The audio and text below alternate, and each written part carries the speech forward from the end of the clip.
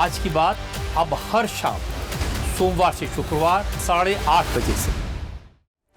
हाल ही में बीजेपी से MLC elect हुए भोजपुरी स्टार पवन सिंह जल्द ही भरत तिवारी के परिवार से मिलने वाले हैं। पवन सिंह ने सोशल मीडिया पोस्ट के जरिए यह जानकारी दी और कहा कि परिवार से मिलकर वो निष्पक्ष जांच की मांग करेंगे। भरत तिवारी ने कोरोना महामारी, बाढ़ जैसी आपदाओं के अलावा कई मुश्किल परिस्थितियों में समाज की सेवा की और उनकी मौत दुखद है।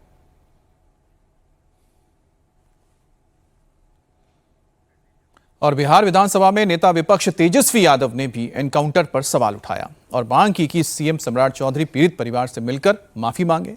यह एनकाउंटर पूरी तरह से फर्जी है और जो भी दोषी है उसे सजा देनी चाहिए। देखिए, एकदम स्पष्ट है कि फेक एनकाउंटर हुआ है। सम्राट चौधरी जी को सबसे पहले माफ़ी मांगनी चाहिए क्योंकि वो गृह मंत्री भी हैं, मुख्यमंत्री भी हैं, और ये कोई पहली फेक एनकाउंटर नहीं है। इससे पहले भी कई एक फेक एनकाउंटर जो है हुए हैं और कई पुलिस थानों में भी हत्या पुलिस ने निर्दोषों की है। फेक एनकाउंटर हो या एनकाउंटर हो, अब तो जांच का विषय हो गया, लेकिन हम पूरी तरीके से कह रहे हैं कि फेक एनकाउंटर है। लेकिन पुलिस ने उनके परिवार वालों पर एफआईआर क्यों किया? इस पे सम्राट चौधरी जी क्या कह रहे हैं? इस पे कुछ कहना चाहिए। सम्राट चौधरी जी को तो कम से कम जाकर के माफी मांगनी चाहिए परिजनों से मिलकर के। बिहार के अलग अलग शहरों में एनकाउंटर के खिलाफ प्रदर्शन बढ़ता जा रहा है। भभुआ में परशुराम सेना, करणी सेना और सर्व समाज की ओर से आक्रोश रैली निकली। आरोप लगाया गया कि यह मुठभेड़ नहीं, एक प्लान की गई साजिश थी और दोषियों को कड़ी सजा मिलनी चाहिए। भरत तिवारी का फर्जी इनकाउंटर किया गया है। उस फर्जी इनकाउंटर का परशुराम सेना जो है और पूरा सर्व समाज इसका पूर्ण रूप से बहिष्कार करता है और दोषी पुलिसकर्मियों को तुरंत बर्खास्त करके 302 का मुकदमा लगाने का मांग करता है। भरत तिवारी को शहीद का दर्जा मिले। जिस तरह से उनके साथ हत्या हुआ है, वो एक सामाजिक व्यक्ति थे, दलित शोषित पीड़ित के लिए हमेशा आवाज उठाते थे वहाँ पे, और प्रशासन के नजर में वो खटक रहे थे क्योंकि बार बार वो स्थानीय मुद्दा को लेके जा रहे थे वहाँ पे। एक समाज सेवी जो शोषित, पीड़ित, वंचितों के लिए आवाज उठाता था, जो भ्रष्ट अधिकारियों के खिलाफ आवाज उठाता था, उसको फर्जी एनकाउंटर करके मार दिया गया। भरत भूषण तिवारी की हत्या हुई है, एनकाउंटर नहीं है, ये साजिश है और वहाँ के जो कुछ अधिकारी थे उनके द्वारा रची हुई यह साजिश है। बड़ी खबर आपको देते हैं। भरत तिवारी एनकाउंटर से जुड़ी हुई सुप्रीम कोर्ट ने इस मामले में तुरंत सुनवाई से इनकार किया है। याचिकाकर्ता ने सीबीआई जांच की अर्जी लगाई थी। इस पर सुप्रीम कोर्ट ने फिलहाल तुरंत सुनवाई से इनकार कर दिया है। हमारे सहयोगी नीतीश चंद्र पटना से लाइव जुड़े हुए हैं।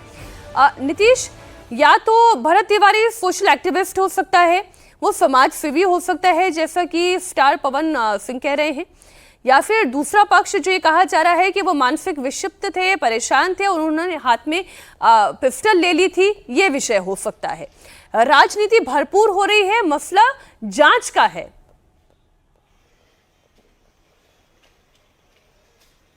जी हाँ, बिल्कुल। देखिए, जिस तरह से ये पूरा मामला अब बढ़ता जा रहा है उसको लेकर जांच की जा रही है। बिहार सरकार ने एक जुडिशियल इंक्वायरी की बात भी कह दी है, जो पटना हाई कोर्ट के जो रिटायर्ड जज हैं उनकी अध्यक्षता में जांच होगी।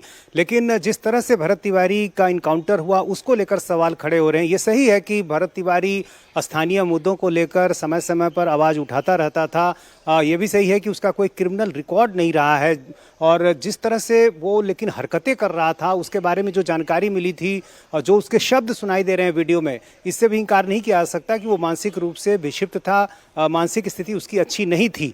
लेकिन सवाल ये खड़े हो रहे हैं कि आखिर पुलिस ने जिस तरह से इनकाउंटर किया, क्या उसकी आवश्यकता थी? क्योंकि जो वीडियो सामने आया, जो भरत तिवारी खुद ही फेसबुक लाइव के जरिए बता रहा था, उसमें वो अपने पिस्टल को फेंकता हुआ दिख रहा है। लेकिन उसके बाद पुलिस का ये कहना है कि जब पुलिस उसकी तरफ आगे बढ़ी तो उसने फिर से पिस्टल उठा लिया और इसलिए फिर गोली चलानी पड़ी। अब ये कितना सही है, इसकी जांच की आवश्यकता है, परिवार वाले यही बात कह रहे हैं। लेकिन दूसरा पक्ष ये भी है कि पुलिस अपनी जान बचाने के लिए ऐसा कर रही थी। तो सवाल इसलिए खड़े हो रहे हैं कि क्या पुलिस के पास यही एक विकल्प था?